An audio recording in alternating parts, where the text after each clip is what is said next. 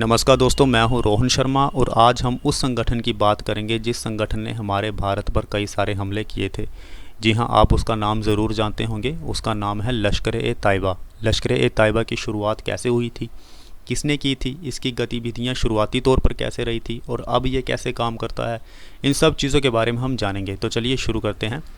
लश्कर-ए-तैयबा की अगर मैं बात करूँ तो इसका मतलब आप पहले जानिए। लश्कर-ए-तैयबा का मतलब होता है the army of the pure, यानी कि शुद्धों की सेना, और दक्षिण एशिया के सबसे बड़े इस्लामिक आतंकवादी संगठनों में से एक है। और इसकी शुरुआत की थी हाफिज़ मोहम्मद सैयद ने। आप स्क्रीन में देख सकते हैं।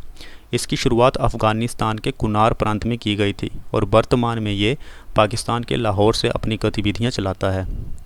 इसका फोकस यही है कि कश्मीर को भारत से आज़ाद करवाया जा सके। इसलिए जैसे ही सोवियत का शासन हटा, देखिए इसकी शुरुआत हुई थी कि सोवियत यूनियन को ख़त्म किया जा सके अफ़गानिस्तान से, लेकिन जैसे ही सोवियत यूनियन अफ़गानिस्तान से गया तो इनका प्रेजेंट फोकस हो गया कि अब हमें कश्मीर को भारत से आज़ाद करवाना है।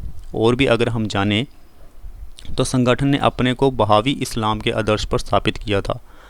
आपने देखा होगा या हिस्ट्री में आपने कभी ना कभी पढ़ा होगा, वहावी मूवमेंट हुआ था। वहावी मूवमेंट में हम बात करते हैं इस्लाम की, प्योरीफाई ऑफ इस्लाम, यानी कि इस्लाम को पूरी तरह से शुद्ध कर दिया जाए। जो इस्लाम की ओरिजिनल प्रैक्टिसेस हैं उसको अपनाया जाए, यानी कि ये थोड़ा सा दूसरे धर्मों से थोड़ा सा अलग हो जाते हैं।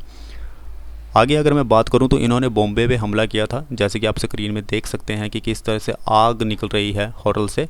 तो ये इनका ही हमला करवाया हुआ था, लेकिन लश्कर-ए-तैयबा ने मना कर दिया था कि ये हमला उन्होंने नहीं करवाया है, क्योंकि वो अपनी गतिविधियां सिर्फ कश्मीर तक ही सीमित रखते हैं।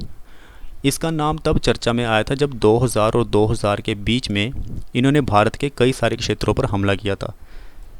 लेकिन सितंबर 2002 में इन्होंने अमेरिका पे भी हमला किया था, जिसके बाद जो पाकिस्तान के प्राइम मिनिस्टर थे उन्होंने इसके ऊपर प्रतिबंध लगा दिया था। उसके बाद इनकी गतिविधियां थोड़ी सी कम हो गई थी।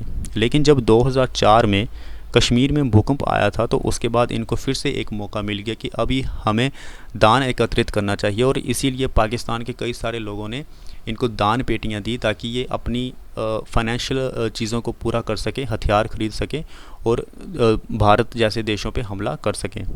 तो देखिए, वर्ष 2000 में दिल्ली के ऐतिहासिक किले पर भी इन्होंने हमला किया था और इसकी जिम्मेवारी भी लश्कर-ए-तैयबा संगठन ने ही ली थी। 2002 में श्रीनगर हवाई अड्डा में इन्होंने हमला किया। अप्रैल 2002 में इन्होंने सीमा सुरक्षा बल के जवानों की हत्या की थी, उन्हें शहीद किया था। तो लश्कर-ए-तैयबा ने कई सारी एक्टिविटीज़, कई सारी गतिविधि किए हैं भारत में, कश्मीर को भारत से आज़ाद करवाने के लिए। दिसंबर 2002 में भारतीय संसद पर हमला हुआ था, उसमें भी 14 लोग मारे गए थे। इसमें लश्कर और जैश-ए-मोहम्मद का नाम लिया गया था। इसके बाद भारत युद्ध के कगार पर आ गया था। इसी समय इसने पाकिस्तानी सेना तथा सरकार पर भी कुछ आक्रमण किए थे। मुंबई में 2008 के हमलों में भारत सरकार ने इस पर फिर उंगली उठाई थी, पर इस संगठन ने यह कह दिया था कि हम भारत में सिर्फ कश्मीर तक अपनी गतिविधियां को रखते हैं, उसके बाहर हम नहीं जाते। तो ये थी लश्कर-ए-तैयबा की कहानी दोस्तों। इसी तरह की वीडियोस के लिए आप प्लीज़ शेयर करें, सब्सक्राइब करें मेरा YouTube channel. Thank you very much.